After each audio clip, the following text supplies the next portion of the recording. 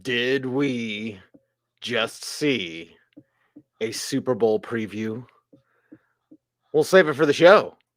You got a team, here's a word to the wise. You want to dominate your league? Go to Football Guys. Football, I'm living in a fantasy.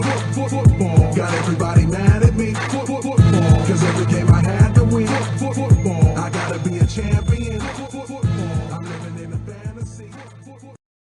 We have to be champions of your fantasy team. It is week 10 recap of the early games. We've got 8 of them, Bloom, and we've got a German game to talk about in terms of Seattle and Tampa Bay. 21-16, the final score. The Buccaneers get the win. They're even up at 5-5. Seahawks are 6-4 now. So questions abound for Geno Smith, MVP. Geno Smith, 275, 2 touchdowns, no INTs in this one. DK Metcalf, 6 for 71. Kenneth Walker, 6 for 55 as a receiver, and then 10 for 17 on the ground. Wow, just couldn't get it going on the ground. Tyler Lockett, 3 for 42 and a touch. Marquise Goodwin, 2 for 38 and a touch if you had him as a what-the-heck flex. If you had a decision between Cole Kmet or Noah Fant on the waiver wire a few weeks ago and you picked Fant, you picked wrong. 3 for 34. Save for the show. But let's talk about Seattle's side and why they fell short and just totally abandoned the ground game. Yeah, Seattle and Cecil, we're to that part of the season when teams are trying to sort themselves out, and it sometimes affects the intensity of the game, sometimes doesn't.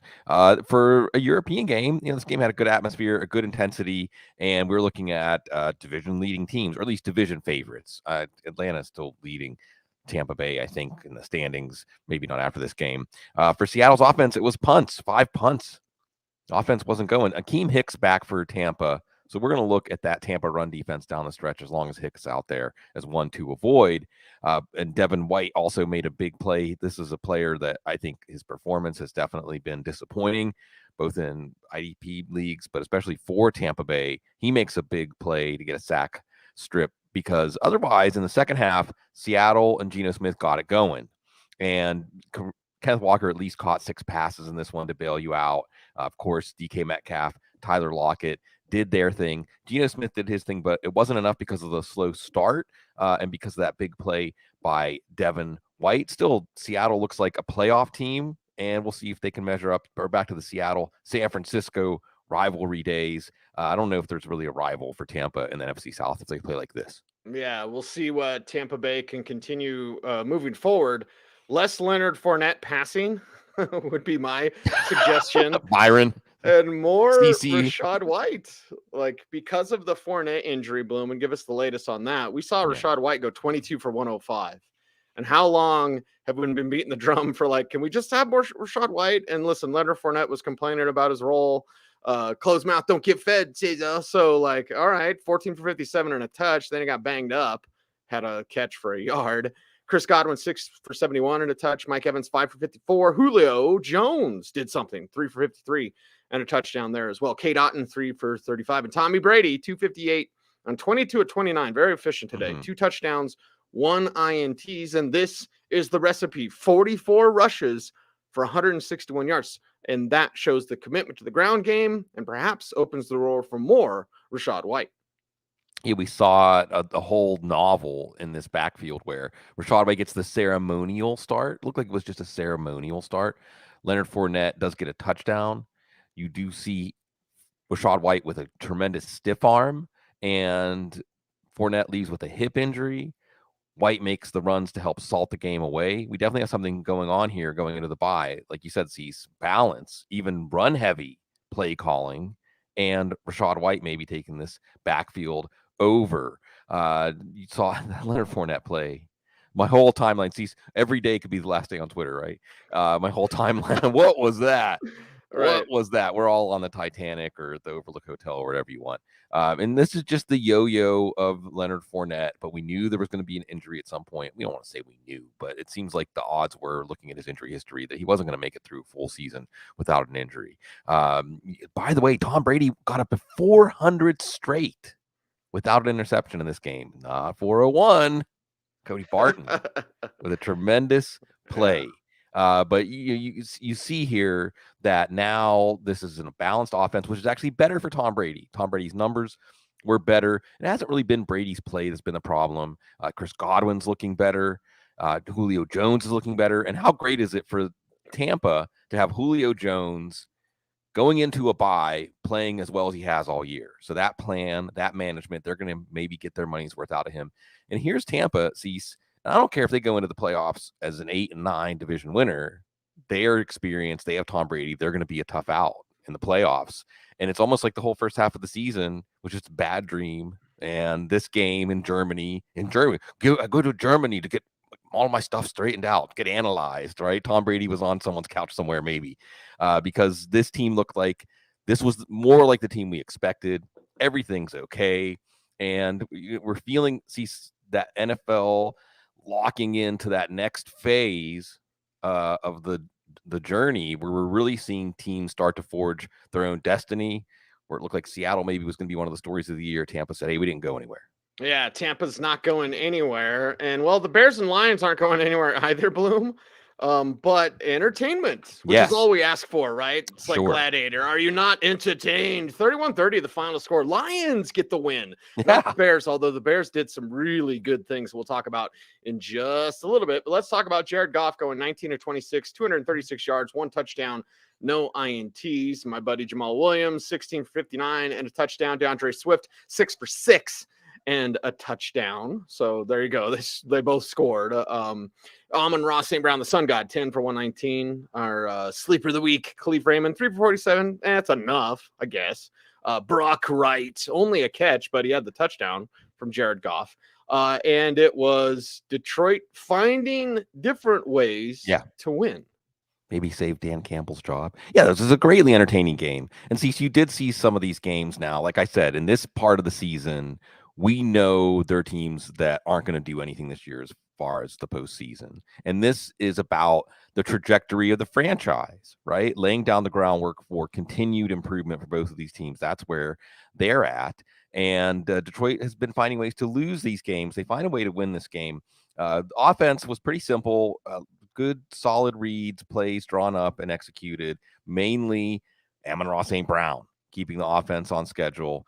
You did have a big Chicago interception overturned. That's when DeAndre Swift got his touchdown. Swift not making the explosive plays, not doing a lot in this one. You thought he might with this match. Remember, the Bears defense lost their 2 best front 7 players at the trade deadline, but still not a massive success. You still saw both of the running backs score. Again, you saw Amon-Ra St. Brown get a little bit banged up, but you also saw him return to his early season form. Remember, he set that record or tied the record for the number of games with 7 catches or 8 catches. No big mistakes by Goff. And then you see on the defensive side, we'll talk about this, Jeffrey Okudah and Aiden Hutchinson. How fitting is it? See, those are Big Ten names playing a Big Ten quarterback in this one. So sound offense, mistake-free football, basically, and some big plays by your youngsters on defense. And you have something going here in a very spirited game. See, it's not just fantasy football. These games between teams going nowhere, they can be very entertaining, not just for fantasy football purposes. This was one. And I have to say, before I hand it off to you, I can't remember a more stunning turnaround for fantasy football in a season than the one that Justin Fields has shown up. And it's not just the numbers. It is the game slowing down for him. It is his confidence. It is something to behold. And for Bears fans, this feels weird, right? You got a quarterback. Yeah. You really this time for real. Right. I wish I hadn't pumped the brakes on the Jalen Hurts comparison. You know what I mean? Where it's like we saw it with Jalen Hurts. Actually, and Fields is capable of more. Fields is a better athlete. And Fields has more natural arm talent. Yes, yeah. I always thought he was a better passer than Hurts. Hurts is always a little raw, but he's playing some good football. And so is Justin Fields. Let's talk about those Bears. Justin Fields, 12 of 20, 167 yards, 2 touchdowns, 1 INT. Oh, but 13 for 147 and 2 rushing touchdowns.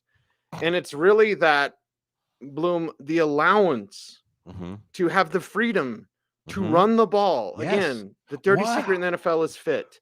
When you allow him to be himself is pretty flipping good. Right? Sorry, Joe. But, like, that is a freaking good quarterback that is now playing really good football. Didn't lead to a win, but whatever is whatever. Cole Kmet. And, again, kind of unlocking, where's he going to go? He's going to go to that tight end. 4 for 74 and 2 touchdowns again for Cole Kmet. Darnell Mooney, 4 for 57, who has talent. This team does not lack talent on the offensive side of the ball. Chase Claypool only catch for 8 yards, in case you had him in. Dave Montgomery 9 for 37, and then Khalil Herbert 10 for 57.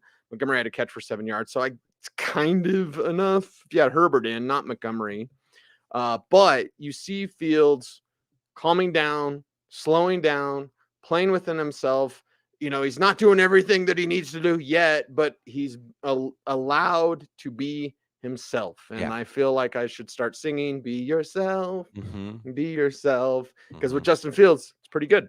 Yeah. Express yourself. And whenever you do it good. And what he can do is he can outlast defenses. So you see the classic play. And this is why mobile quarterbacks, it isn't just about escaping pressure. How many times do you see when a quarterback makes a play last 4 seconds, 5 seconds, 6 seconds? You get a hold, you get an illegal contact, right? The longer you make defenses play pass coverage, the more good things are going to happen. And it's not just that Fields is quick.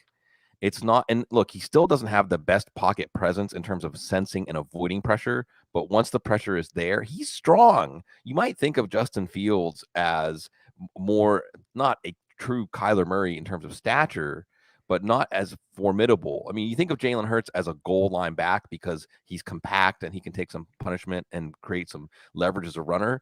But with Justin Fields, you see the strength in the pocket, shrugging off pressures. A few of the plays he made were just ridiculous. Some of the plays that even ended in sacks cease for a few seconds. This is just ridiculous. It's demoralizing for a defense, and it's already a Detroit defense that had issues. Now, that being said, you saw Jeffrey Okudah with a pick 6 here. Ohio State crime. And then you saw on this turnaround, Justin Fields on one of the runs outruns Jeff Okudah. How fast is Justin Fields? He can outrun Jeff Okudah. That's pretty fast. That's fast. That's fast. Again, you also saw Aiden Hutchinson doing some things in this game. So you're seeing the future. It's funny, the past of the Big Ten is the future of the NFC North. Well, it sure looked like it in this one. And Notre Dame, it's not a Big Ten, might as well be honorary Big Ten, certainly regionally. Cole Kmet with those 2 touchdowns got a little banged up. One of the plays, Detroit's defense just lost track of him. That's what you get with Detroit's defense. You'll have a few plays that if your quarterback has that awareness and field vision, these are the things that are starting to happen for Justin Fields now. You didn't get the big play out of Mooney. The backfield is going to suffer with Justin Fields doing so much. You can still see it's Herbert over Montgomery if you're going to play one of them, but it's Justin Fields. And see, like you said, this all wraps up nicely with the idea of we watched him. We all watched him at high. We knew he was this athletic. We knew he was this natural, because I think what it stands for, Cecil, I would imagine Bill Belichick's nodding along somewhere. When you have a quarterback, a mobile quarterback, a quarterback that can escape pressure, or even a quarterback that because of that threat puts pass rushers on their heels and takes a defense out of their typical mode on passing plays, it's asymmetrical. And Justin Fields, even though he's not that advanced as a passer, when the game turns into that asymmetrical mode, like say Patrick Mahomes, he still knows how to capitalize on it. He knows how to capitalize on the chaos that he creates. And the results for fantasy football are going to change leagues. And it's wonderful fantasy karma that the people who believed in Fields are getting rewarded. Wonderful fantasy energy from our crowd here in the live chat room. And Daiquiri Man always coming through. I could sit down and, drink some cold pops with our man, Daiquiri Man. Sure. Some cold daiquiris. Yeah. What kind of daiquiri? They've got drive-through here. They just put tape on the straw because you're not ever going to drink that in your car. Oh, my God. All right. Oh, my God. As I go John Travolta on us. There you go. Oh, my God. It's Jacksonville. And it's Kansas City up next. Oh, my God. Oh, my God, you guys. Do the kids know about Welcome Back Kotter anymore?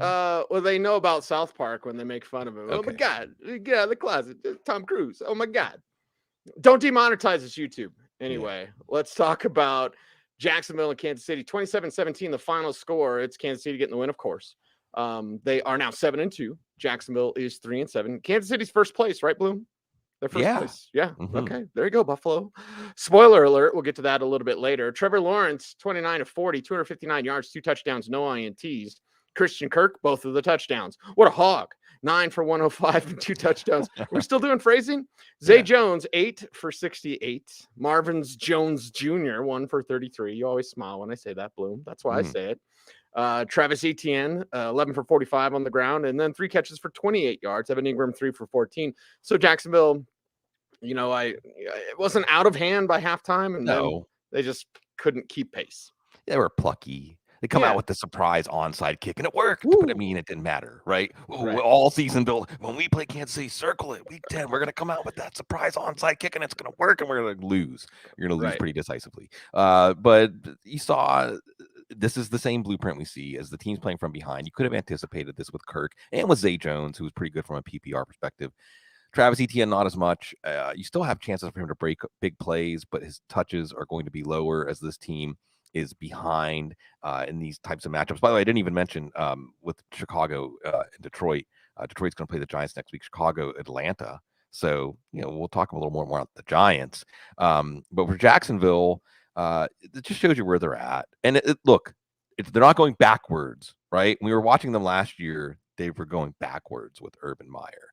Not going forward as fast as it looked like they might be earlier in the year.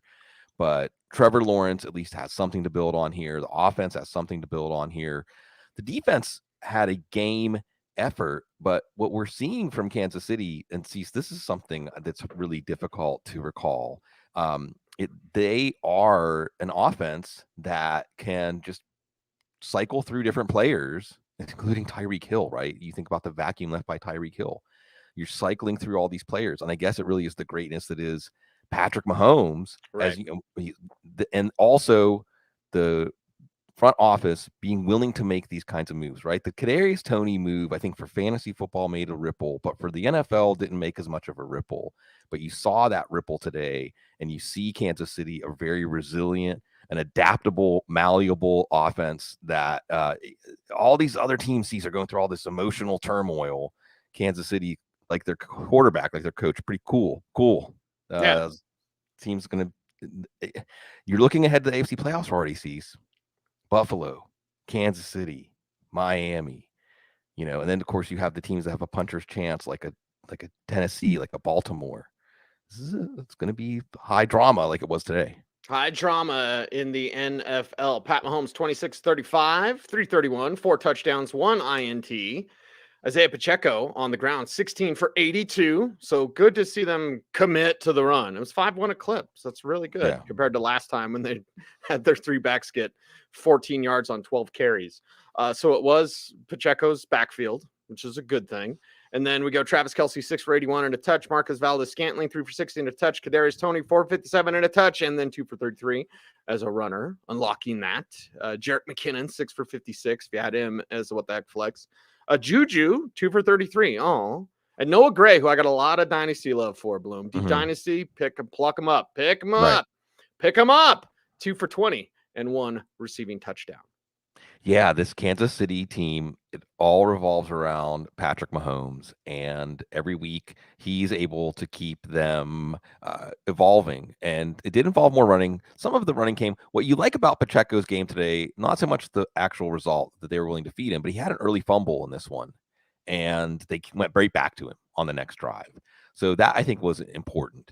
You did see in this game, and Pacheco will still be. It's Kansas City. They're not going to commit to the run, but there could be something there. Maybe we'll go ahead and cue the Chuck D on Clyde Edwards-Helaire this week, who was barely involved. But watch, he'll score 2 or 3 touchdowns next week.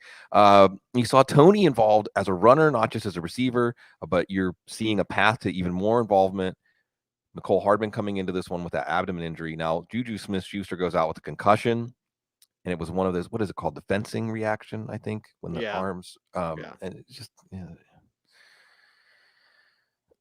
I mean, it's fantasy football. We're going to talk, human beings' brains getting hurt, and it's disturbing. And I have to take a moment out to take, not just treat it like another one, when these moments happen. So again, let's get back to fantasy football. But Kadarius Toney now has 2 of the players that he'd be competing for touches against, and you're seeing Toney's talent, right? And so I think we can see this with where you're wanted, right? This is again, we're human beings, right? We're going to do better where we're wanted. Oh, a lot of football players, they just want to know they're loved. It's so weird, like a human lot beings. Of football players. It's not weird at all, Cease. It's one of the basic human needs. It's weird because they are the ultimate alpha males, right? They're supposed to be what's emotionless. Supposed to be the alpha male But at the end of the day, if they don't feel loved, if they don't feel like they're getting the hell, Melvin Gordon, Jerry Jeudy, right? If they don't feel like that, they don't perform as well. So it's like gasoline for the soul. Yeah, it is. It is. Keep you running. So, yeah, you got, is that Doobies or something? Mike McDonald. Anyway, we've got something here with Kadarius Toney, because it's the kind of thing where you don't put the genie back in the bottle. Toney can get the opportunity because of the injuries, but once you see how much more value he adds than a McCall Hardman, than a Juju, now we've got something here. And otherwise, it's Mahomes spreading it around. Even Jerick McKinnon had 6 catches in this one. Even Marcus Valdez-Scantling had a touchdown if he had to rely on him. Divisional matchup against the Chargers next week. But yeah, we're cruising. That Buffalo Minnesota game, we'll get to a preview of what we're going to have when it's all on the line. And see, so we're coming to a potential alignment of the planets with Mahomes, Allen, now Tua, McDaniel, Lamar Jackson. This is getting fun. This is getting really fun. And I love seeing the young coaches, a Kevin O'Connell, a Mike McDaniel. Like, this is the new blood. This is the new scoring is down and offense is down and blah, blah, blah. But these guys understand. And Andy Reid can hang out with the youngsters too. He says, I can fit in. Yeah. Thanks to Pat Mahomes. Yeah. Anyway, we don't want to go back to Andy Reid, Philadelphia Andy Reid. We want to talk about Miami and Cleveland. That is up next, Bloom. And Miami, good on you, man. Good on you. Keep it up. Keep it going. 39-17. We'll go to the Browns side first. Jacoby Brissett, 22-35, 212 yards, 1 touchdown, no INT, and the clock is ticking because I believe it's week 13 that we'll see Deshaun Watson out there. So there you go. Donovan Peoples-Jones, 5 for 99 in this one. Amari Cooper, 3 for 32. Harrison Bryant had the touchdown in this contest. Nick Chubb, 11 for 63 and a rushing touchdown. Kareem Hunt, 6 for 9 on the ground and then a catch for 10 yards. So there you go. That summed up Miami's day, and it wasn't good. No, it wasn't. Jacoby Brissett's last stand in terms of one quarterback leagues. He's going to have Buffalo and Tampa before Deshaun Watson comes out. And look, this is a lost season for Cleveland. It's not going to come together. You look at how high the mountain is to climb to get up to those teams we've been talking about. But Jacoby Brissett at least showed that remains in the upper end of backups. I think we're going to look at him in a better light than we did going into the season. For this offense, you saw Xavier Howard's healthier now. Emmanuel Ogbah's healthier for the Miami defense. So not as much for Amari Cooper. We were thinking early in the season, the decoder ring would say, if Amari Cooper's playing a good number 1 corner, then play Donovan Peoples-Jones. We got away from that a little bit, and Cooper had some big games that made us fear putting him on the bench no matter who he was facing, but it was Peoples-Jones with a bigger game. Bryant did get a touchdown. He didn't do anything in place of David Njoku before the bye. Does get a touchdown. But you saw Jacoby Brissett was pretty good, but that's not good enough to hang with this Miami offense. I think, we're back to that. It reminds me of the Dan Marino Miami teams where you go into the game feeling like you almost have to be flawless on offense and on defense because this team is so good that it gives you very little margin of error. And again, another team like that is Buffalo. That's who Cleveland's going to play next week. But now Miami side of things, and that's where Tua Tagovailoa, 25-32, 285 yards, 3 touchdowns, no INTs. Skylar Thompson got in there because, well, why not? Here comes Jalen Waddle, 4 for 66. Trent Sherfield, who I believe was in the waiver wire show, wasn't he like 0.5% or something? 4 for 63 and a touch. Alec Ingold, 4 for 45 and a touch. Tyreek Hill, 5 for 44 and a touch. Oh, it's a floor game. Oh, shut up. You have Tyreek Hill. You're fine. Yeah, exactly. Mike Gesicki, 2 for 31. You're dreaming of Cole Kmet.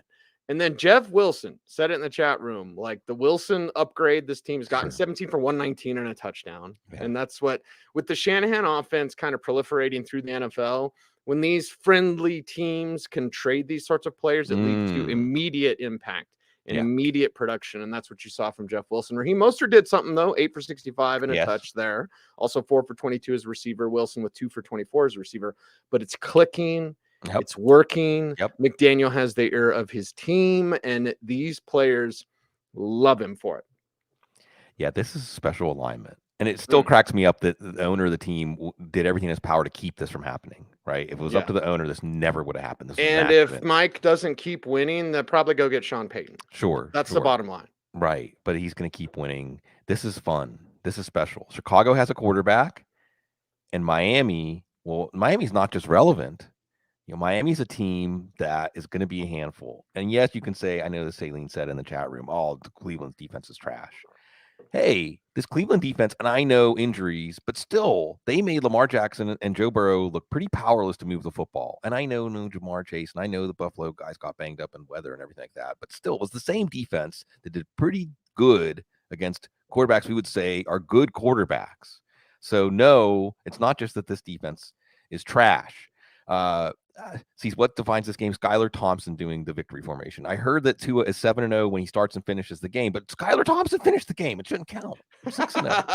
6-0. But that's how good this team is. Right? Yeah. You got Skylar and Teddy. Rich man, poor man. With Skylar right? Thompson in, it's either great or awful. Yeah, and Teddy's hurt with a knee issue. I wonder if it has to do with that knee problem.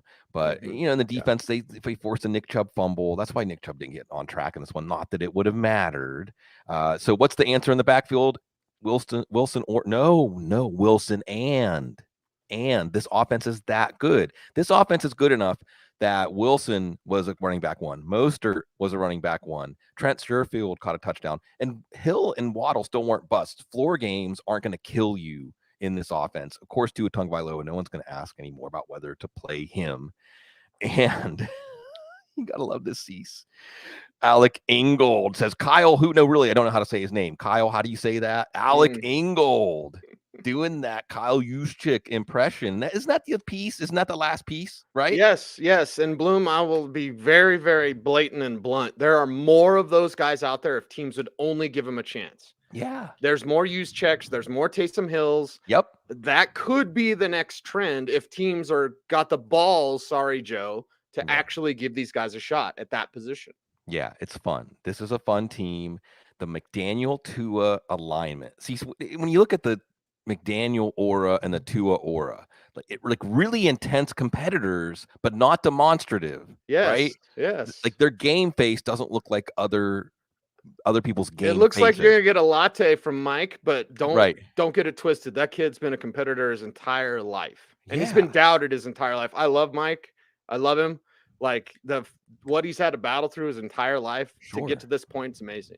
Yeah, it is. It is something. And again, you have to go back to the Dan Marino Dolphins. So we're talking 25 years for Dolphins fans. Yeah, for Dolphins fans to really feel like you're in it. This team is in it. In any one game scenario, just light your prayer candles for Tua's health, because in a one game scenario against anybody, look, we already beat Buffalo.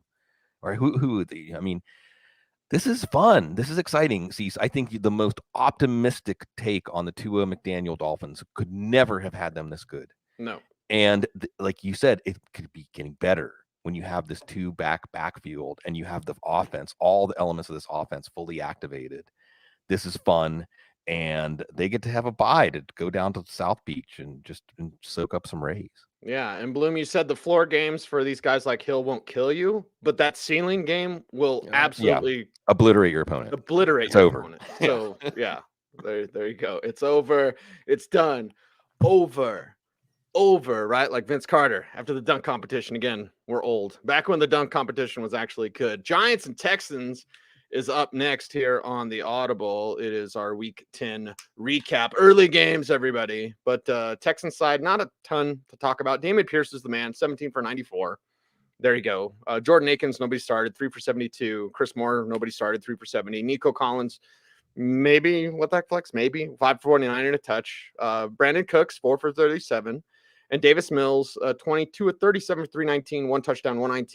I feel like outside of Pierce, Bloom, we're not really getting the answers that we need for the future of the Texans. I'm talking specifically about Mills.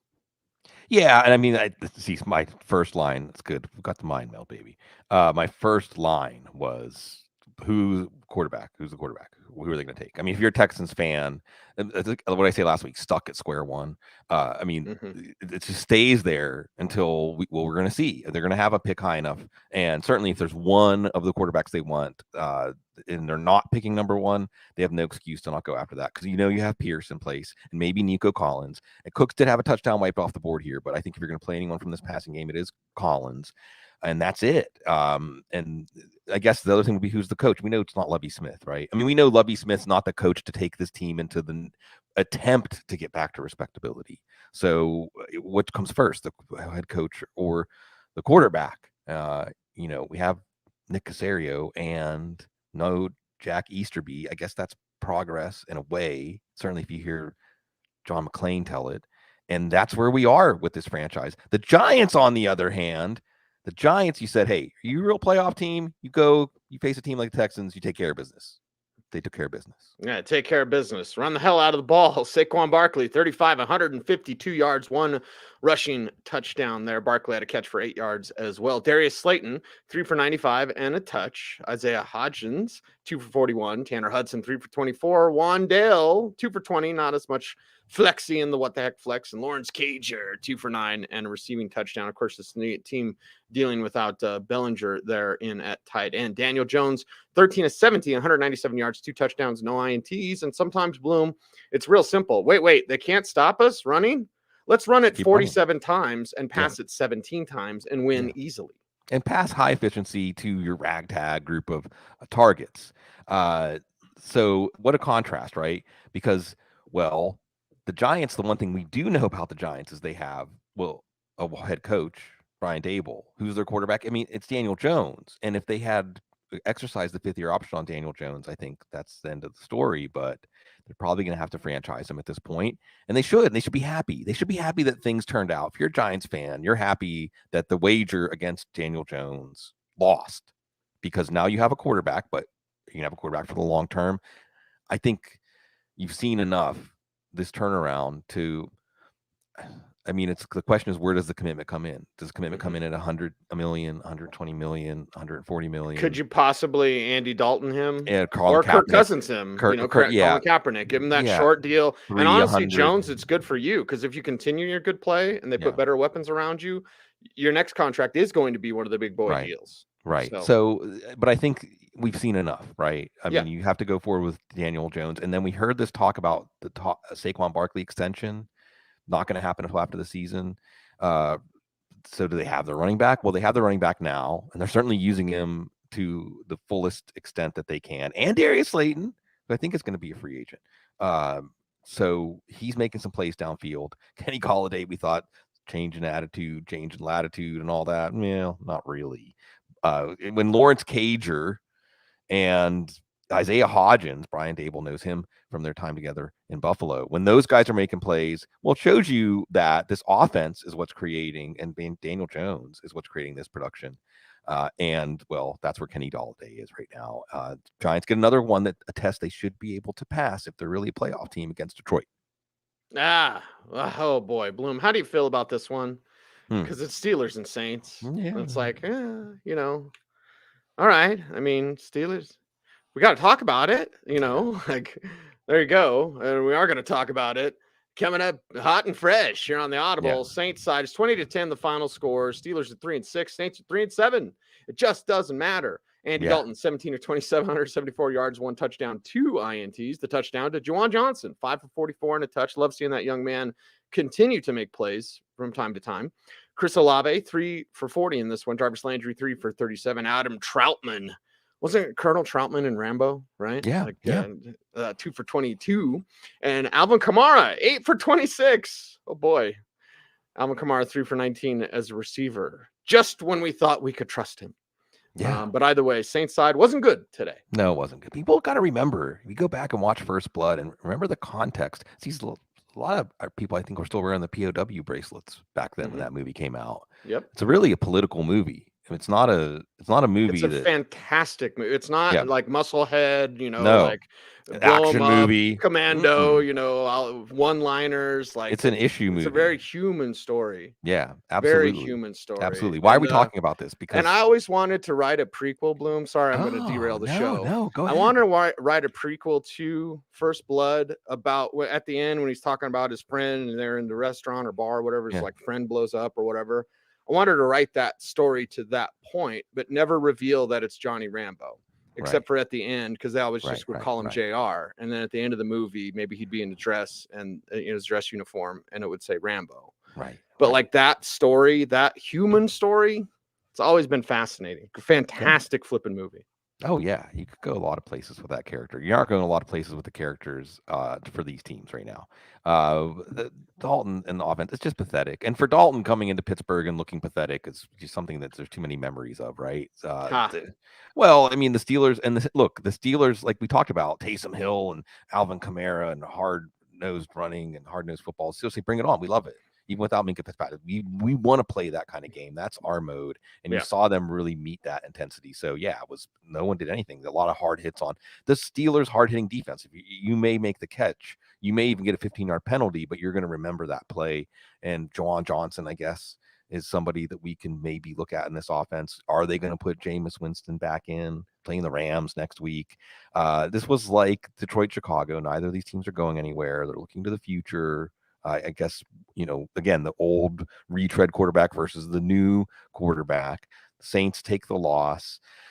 Oh, by the way, the Saints don't have their first round pick. Problemas. Yeah. Okay. Well, the Steelers said we're going to use more of Jaylen Warren. All right. I mean, I guess they did 9 for 37, but Najee still came through with 20 for 99. So there you go. And then you had Jaylen Warren 3 for 40. Okay, that's more, right? They're using him more as a receiver. That's your Chase Claypool replacement. Okay. Yeah. I thought it was Pat Freiermuth who had 4 for 36. Deontay Johnson 4 for 63. George Pickens 3 for 32 in this contest. Again, Najee with the 20 for 99. The Pickens with a rushing touchdown. Right. And Pickett with a rushing touchdown as the young quarterback. 8 for 51, a rushing touchdown. And then 18 to 30, 199 yards. No touchdowns, no INT, sacked 6 times. Say that 3 times fast. But either way, the Steelers get the win playing, physical football. Is this how it is, Cease? Is this how it is to root for a bad team? When your team wins and you say, yay, we moved up in the draft order. We think Kenny Pickett's good. Look, I want the Kenny Pickett thing to happen. I want it to be this great story. I want it to be like heroics on Heinz Field and all that. But how many steps away? And I know Pickett will develop and come better. But he's in that Taylor Heineke archetype. And where is he at when he fully hits? That's the thing. Like when Trevor Lawrence struggles, we can all go, okay, Trevor Lawrence sucked as a rookie for the last week. But you could say if he hits that talent, that if it's Pickett, who is he? Derek Carr? Jeff Garcia, maybe. But does the Steelers have someone to build an offense around that to maximize?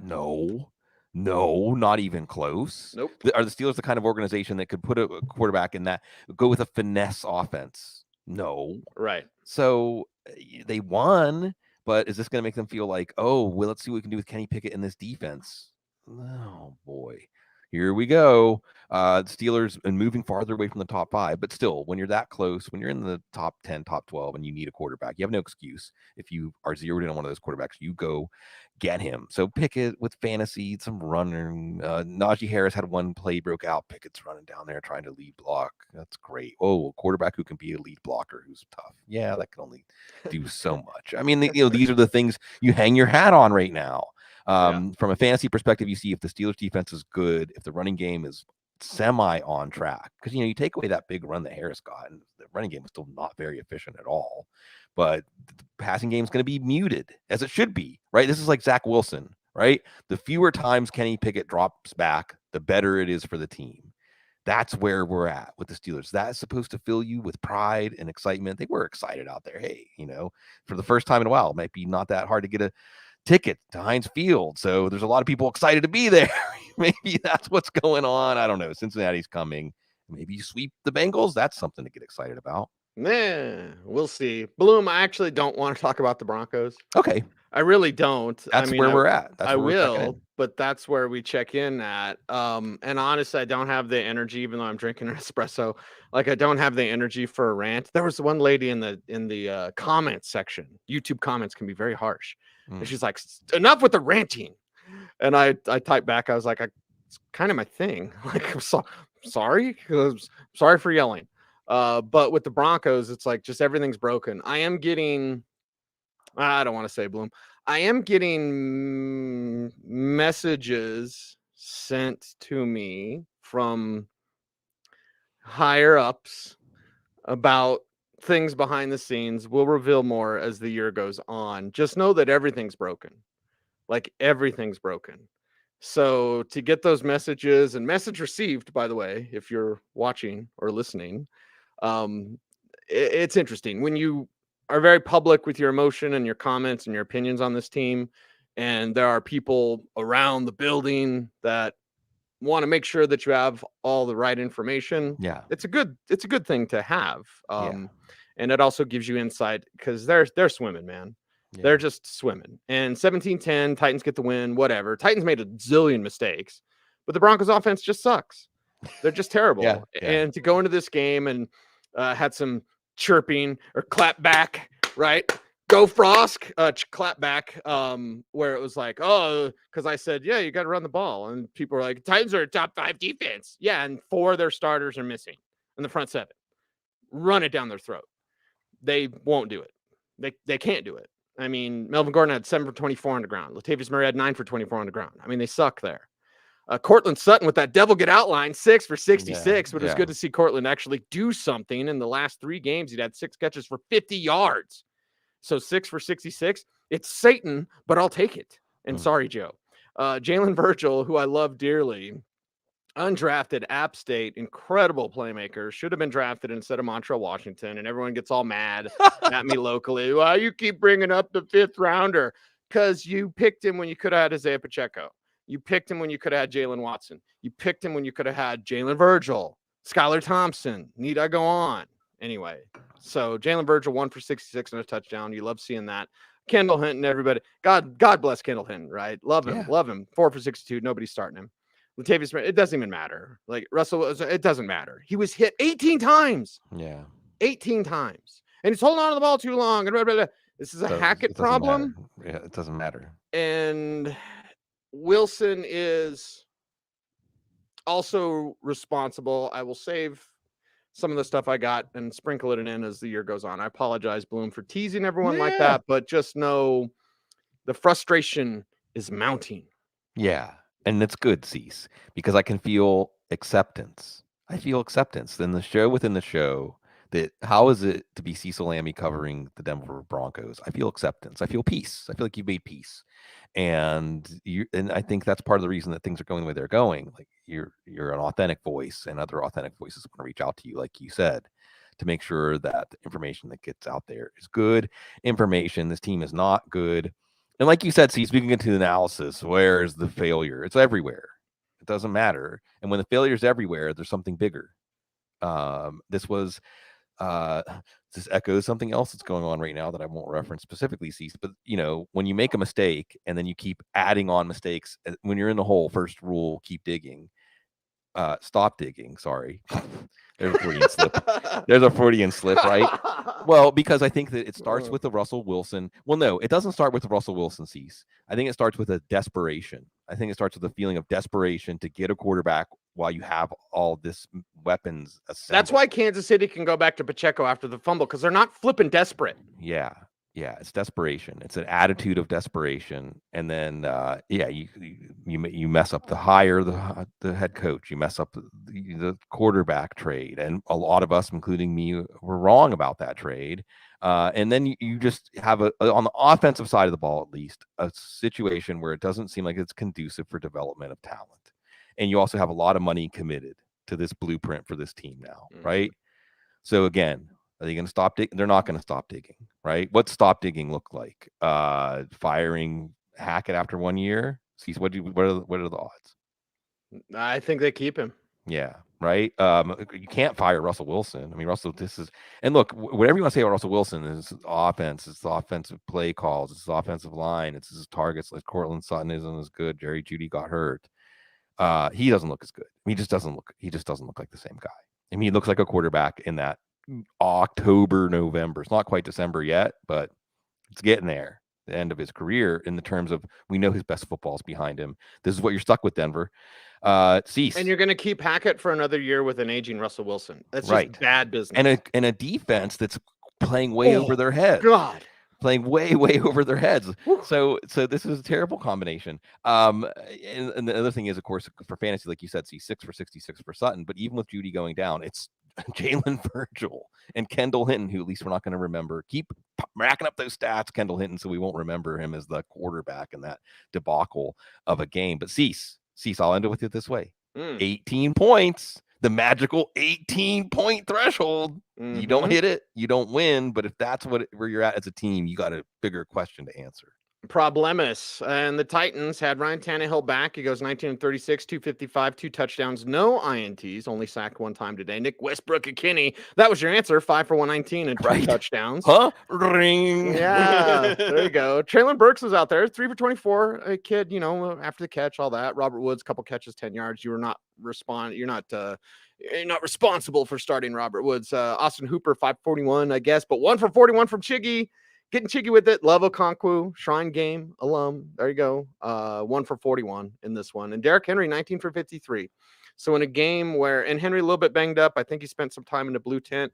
And we know he had the foot injury from a couple of weeks ago, but his streak of 5 games of 100 yards rushing stops with Denver. They only score 17 points. The Broncos still can't win. And the Titans were just giving it away. The stupid fumble with Malik Willis, right? They bring him in on 3rd and 1 or whatever. Stop doing that play. Yeah, stop. It's not working. It's not working. So Tennessee, you win, but man alive, you're trying to give this thing away. Well, see, it's just like everybody had it going into the game. And this is a pretty even matchup. But how are the Broncos going to account for Nick Westbrook-Ikhine? That was the defensive coordinator was up all night. I mean, they stopped the run. They stopped Derrick Henry. Derrick Henry did not put his stamp on this game.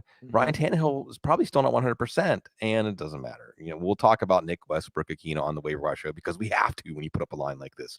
But it probably just stands for, in some ways, the Broncos defense is probably just exhausted. See, I'm going to go baseball. Warning. It's like a pitcher who gives up 2 runs, gives up a run, gives up 3 runs, and you're always losing 1-0, 2-1, 3-2, and it wears you down. It wears on you. I think but still, they did their job. The defense did their job. Tennessee's offense doing their job doesn't look great, but certainly good enough to win the AFC South and certainly be a tough out at home in the first week of the playoffs. Yes, we can look far enough ahead to say that. One team that doesn't look like will be in the playoffs, they're going to go next week to Green Bay. I want to cuddle up with Buffalo and Minnesota and just snuggle it in because there's it's a very deep conversation, Bloom, very personal. Maybe we'll talk about it more off air, maybe we won't, but you just want reminders of why you love this, why you love anything in life, right? You want those reminders, and when you have those moments, you should note those moments. I'm a big believer of when you think something about someone that's obviously positive. I love him, I love you. You tell that person that. Right. I'm always breaking my phone, texting my kids like, hey, love you. Hey, thinking about you. I say what the Harbaugh's father told them to Jim and John growing up: attack this day with enthusiasm the world has never known. So always just these kind thoughts, these kind words, because if you think it, you should be telling it. You should be saying it. So I want to grab Buffalo, Minnesota, say, hey, you come here, please. Let's lay down. Let's cuddle. It's a hot chocolate. Right? Yeah. Run the game over. Just watch it over and over and over and over. Because the little bit that I did get to see, Bloom, and looking forward to watching the rest, I'm stuck watching the Broncos, everybody. But that just reminds you why you love football. Scott Hansen said it best on Red Zone. He's like, football. Yeah. And I had written about it in our newswire, footballguys.com. Subscribe today. I was like, is this a Super Bowl preview? Of course, I got Eagles fans chirping me now. Yeah. Okay, fine. All right, Eagles fans. Okay. But 33-30 in overtime, Minnesota gets the win over Buffalo. Josh Allen did play. We'll talk about what he did wrong. But Kirk Cousins, 30 of 50, 357, 1 touchdown, 2 INTs. Justin Jefferson, 10 for 193 and a touchdown. And as long as 46, when you get nearly 200 yards receiving, you're like, oh, there must be like an 80-yarder in there. Nope. And his touchdown was 22 yards? The first score of the game. So there you go. Adam Thielen, 549. TJ Hawkinson, 7 for 45. We see how that's working. Dalvin Cook, it always works. 81-yarder. There's your 80-yarder. 14 for 119 and a rushing touchdown. CJ Ham, he's going ham with a rushing touchdown there as well. So Minnesota gets the win. But again, Bloom, fantasy aside, I just want to snuggle up to this game and say thank you for reminding me why I love you. And it didn't look like it was going to be this game. See, Right. For, I don't know, 2.5 quarters, for more than half the game, this looked like a resounding statement that Buffalo, and really by implication the AFC, is a lot better than the NFC. Not that Minnesota, I mean, remember, Minnesota got thumped by Philadelphia. So you're right. The Eagles fans chirping at you were right. Yeah. You're not really judging the NFC if you're judging it by Minnesota. And a good part of this game, we thought that's what this game was showing. I think it was 27-10. And that was with Josh Allen, probably still not 100%. He actually looked a lot better than anybody thought he was going to look throwing the ball right out of the gate. You saw the defense making some plays, and it looked like this game was going to be, Kirk Cousins overthrowing interception, having to settle for a field goal because of a TJ Hawkinson not getting the touchdown, pass interference. They're driving another interception. There's a Hawkinson drive where Hawkinson catches like 4 passes in a row, still got a punt, right? It's just not working. Dalvin Cook playing little brother. Yep. 80 from 81, and this game changed. And look, whatever you say about Kirk Cousins, and Cecil, this is another one where we want to go back to Mike Zimmer being out and Kevin O'Connell being in, and just how that can change everything. I'm reminded of that 06-07 Giants team that beat the Patriots in the Super Bowl. And they didn't get rid of Tom Coughlin, but that was the year Coughlin loosened up, right?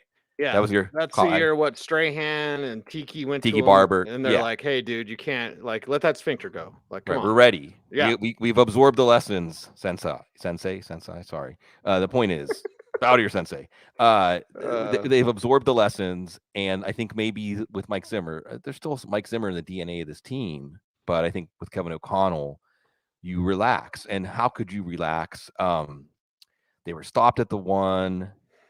And Dalvin Cook could have scored a touchdown. Kirk Cousins could have gotten a touchdown on that drive. By the way, let me step back. Did you know that Justin Jefferson, for everything he's done in his career so far, this was his career high yardage today at it was 194. That was before overtime. But he also made, on that final drive in regulation, he made a one-handed catch that, we run out of superlatives with the NFL today, with the athletes, with the execution and the big moments. I mean, with one hand, he somehow took the ball away from a defender that had gotten higher than him and had the leverage, and somehow overpowered him, pulled the ball away, but as he was coming down, gripped the ball so it didn't hit the ground. I mean, it's reminiscent of a David, again, those Giants, right? But the ones that beat the Patriots the second time. David Tyree catch the ball against my flipping head. Right. And Justin Jefferson had to make a play like that just to keep the game going, just to keep the Vikings having a pulse. Yep. And then they get stopped at the 1, and all Josh Allen has to do is just sneak it out of the end zone. But hey, when you have to just sneak it out of the end zone, and you wonder, because this game, I'm getting into a larger both sides kind of take here. This felt like the game where the football gods were giving the Bills a chance to exercise the demon of 13 seconds, right? It was a game very similar to the 13 seconds game. And again, strategically, you wonder if Brian Dable, and you wonder if this team, because they want it so bad, because the fans want it so bad. Remember, they lost to the Jets and they lost to Miami this year. Those games were on the road. This game was at home. And you almost wonder if it's like rushed thinking, a little frantic minded when these situations come up. Right. Because in the case of this specific situation, you could have taken a safety and made it 27-25, and then given Kirk Cousins and company, a free kick, like 3 or 4 plays to try to get in field goal range. Right. And Allen, it just seemed, wanted to rush the sneak, didn't get a good grip on the ball. And it's that close quarters, and he fumbles. The Vikings take the lead. And a missed extra point helped line that up too earlier in the game. And Allen is able to take the drive down and get the field goal, much like Patrick Mahomes did against him. And then Minnesota gets the opening toss. It looks like Minnesota's going to go down and score, like Mahomes did to them, but they get the stop. And then Josh Allen leads them all the way back down. Spoiler alert, only to throw an interception. Right. And there were so many swings in this game, but for Minnesota, now they're legit. They're legit. psychologically, the mass psychological organism that is the Minnesota Vikings now feels like we can beat anybody. Well, good. Guess who's next? Dallas. And memo to Carson Wentz or Russell Wilson. You can be a cornball. Yeah. And if you're relatable, look at Kirk Cousins in the chain Yes. thing. Like they're taking on the persona, right? Right. Of the Kirk Cousins is gonna, and that's the thing. Like he's making fun of himself because he knows he's a cornball. Right. Like embrace it. Embrace your inner Kellogg's. Yeah. Yeah. Yeah. You know why? Look up why Kellogg was invented, by the way. Okay. Spoiler alerts there. Buffalo side. I was just glad to see Devin. I always wish Buffalo liked Devin Singletary as much as I do, Bloom. I know he's not perfect, whatever, but he had 2 rushing touchdowns today, 13 for 47 on the ground. Josh Allen, 29 of 43, 330, 1 touchdown, 2 INTs, then 6 for 84 on the ground for Allen. Stephon Diggs, 12 for 128. Gabe Davis, 6 for 93 and a touch. Dawson Knox, 4 for 57, and, well, should have been the touchdown to close out overtime. Great play by Minnesota's defender. First game in for Minnesota. Anyway, why'd they get Nyheim Hines? Why? I don't know. You tell me. James Cook actually had more work today. But anyway, let's complain about the Bills and hope they get this thing turned around, man, because Allen needs that rest. Yeah. Allen being banged up, and I wrote about this in the Newswire. Allen needs that bye. He needs that rest before the playoffs start. And you're messing up. Sorry, Joe. Like you're messing up, Buffalo, because you got to make sure that quarterback's right, or else you're not going to make that run everyone thinks you're going to make. Well, and it's right mentally and right physically. There was one picture in this game when Josh Allen has, I think, 4 red zone interceptions in the last 2 games. Oh, I mean, yeah, they beat Green Bay, but what's that say? And the thing is, otherwise, Allen's playing magnificent football. It comes out, and this one looks way better throwing the ball than anyone expects. Right. But then one of his interceptions, he throws an elbow at the Viking who made the interception. Oh, it's the elbow you hurt. Oh, isn't that perfectly symbolic and literal at the same time, right? I mean, you're adding insult to injury. You're adding injury to insult. Because you put him out there, and look, he's probably fine as far as his elbow isn't any worse off after he did that than before. We'll see. And he was making the plays, and he looked fine. Of course, as a runner, as a competitor, that's the thing. Watching Josh Allen, watching him, and it's obviously good for fantasy. If we were rewarded, if you're like, am I still really going to play him, even though we didn't know until this I didn't morning? think he was going to play. They called him hour to hour. Yeah. We've done this a long time, Bloom. When have we ever heard of a player called hour to hour? Yeah, maybe it was gamesmanship. I don't know. But he wasn't as effective for fantasy. So that's even with Devin Singletary scoring twice. He also had a fumble that slowed down the momentum a little bit whenever it seemed like everything was going Buffalo's way. In fantasy, we learned here, hey, if Allen's out there, Gabe Davis should be in. I wasn't telling anybody to put Gabe Davis in because I thought that even if Josh Allen could play, he'd be more limited, but he was fine. Gabe Davis was fine. He did have a catch. There's so many plays. It's impossible to list them all. He had a catch on the field goal drive that wasn't really a catch, but they smartly, and it was the league that dropped the ball and Gabe Davis because it wasn't one that Minnesota had a challenge. Anyway, Minnesota still overcame, like you said, Dawson Knox could have done even more, but he's more relevant. The pass catching out of the backfield, not getting integrated in. And see, it's almost like it's unfair, right? Teams get up for Buffalo or they find something for Buffalo within the division. And now what Minnesota did, almost like Buffalo won the Super Bowl, almost like they're the Super Bowl winner, right? It's that best effort. Like when you're playing them, you're going to summon up like teams used to do against New England. And they haven't even won the Super Bowl yet. I mean, it's in some ways it's a compliment to them that these teams, that the Jets, the Dolphins, it's their Super Bowl when they're playing the Bills, right? For the Vikings, this wasn't their Super Bowl. This was the game that proved they could go to the Super Bowl. And Buffalo's playing Cleveland next week. Buffalo's going to be okay. I mean, they might not win the division. They might be they might play Tennessee. Boy, that would be an interesting game, week 1, right? Buffalo against Tennessee of the playoffs. But so, and look, if you're Buffalo at this point, win the division, don't win the division, you're good enough to beat anybody if you don't beat yourself. And that's what we're seeing with Josh Allen. And I think mentally, the throw he made, they were going to go in and it was going to be a triumphant game, Cease. It was going to be, no matter what happens, we're going to somehow stay on track and find a way to win. And instead, it was find a way to lose because Josh Allen threw a ball. I saw somebody saying something like, "Is he colorblind?" It was that kind of throw. It was inexplicable that in that moment he would have that breakdown, that mental breakdown. And you can say it's superstition. There's no such thing as curses and things like that. But these things start to accumulate. You need successes. You need things that create an expectation of success in these moments and not failure. There's a lot of football left, but boy, has this Bills team already gone through a lot this year, and there's a lot left to go. We're seeing Wyoming Josh Allen, and that's not good news. Yeah. I got to do everything. I can do everything. I can do it all. No. Play within yourself. Yeah. Let it be organic, Josh. We all like you. We know you're good. You're great. Play within yourself. Bloom, as we do on our Sunday recap show, because the afternoon games are going on right now, is there anything coming through? I see the chat room talking about Green Bay running the ball. What? Right. You have what's going on here.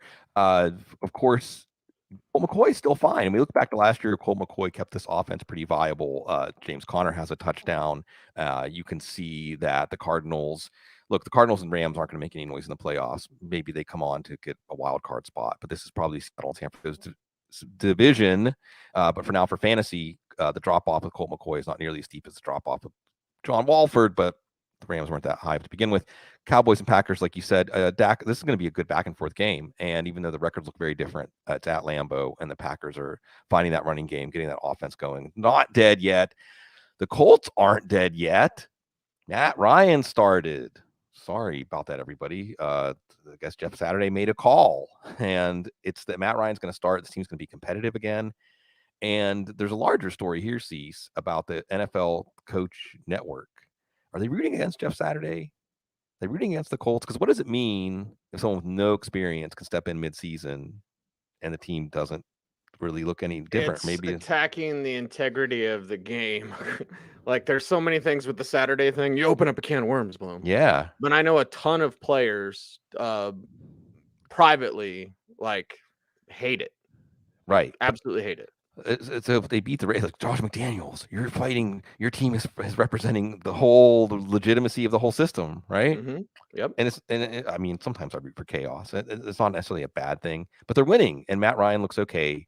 And are you seeing Jeff Saturday override Jim Irsay and say, okay, you hired me, so no, I'm not a puppet. I'm not going to do what you want. I'm not going to not expose you to a liability of potential Matt Ryan being injured, so you have to pay some settlement or something.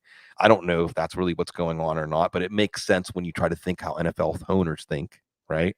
We got to make them think that you're not a yes man, so do something that people think that I thought that you thought that I would do that no one else would do, but you're going to do it, but it's totally we totally know we're doing it. Yeah. I guess maybe the takeaway is that the Josh McDaniels Raiders. Josh McCown, what am I talking about? Josh McDaniels Raiders they're not going nowhere. They're not this good. year. They're not good. Josh McDaniels is not good. And Jonathan Taylor's going to probably be okay. Michael Pittman's going to be okay. A lot of whiplash changes here to the values of these Colts players. But, in some ways, Cease, the adrenaline from the Buffalo, Minnesota game and the idea of each week of the season, more is at stake. Even some of these games that are meaningless, like Chicago, Detroit, what's at stake is where's the franchise going? Mm-hmm. What's in our future? There's a lot at stake. You feel the screws getting tighter. And again, for everybody out there for fantasy is supposed to keep us interested in those games. In Chicago, Detroit, for instance, we didn't need fantasy football, although fantasy football was also a compelling storyline in that game. It is how much is on the line for these players, for their careers, every game. And that's what makes the game so compelling. And everybody's suffering in fantasy football. Everybody's having a miserable fantasy football year. Everybody that's been playing fantasy football for a while, their confidence, their ability to prognosticate has been eroded. So if that's been your experience, welcome aboard. But this week, like you said, Cease, you want to cuddle up with it, and you remember this is why we can't look away. This is why we wanted to know everything we possibly could know about this game and understand it as much as we could, because it can produce results that compelling.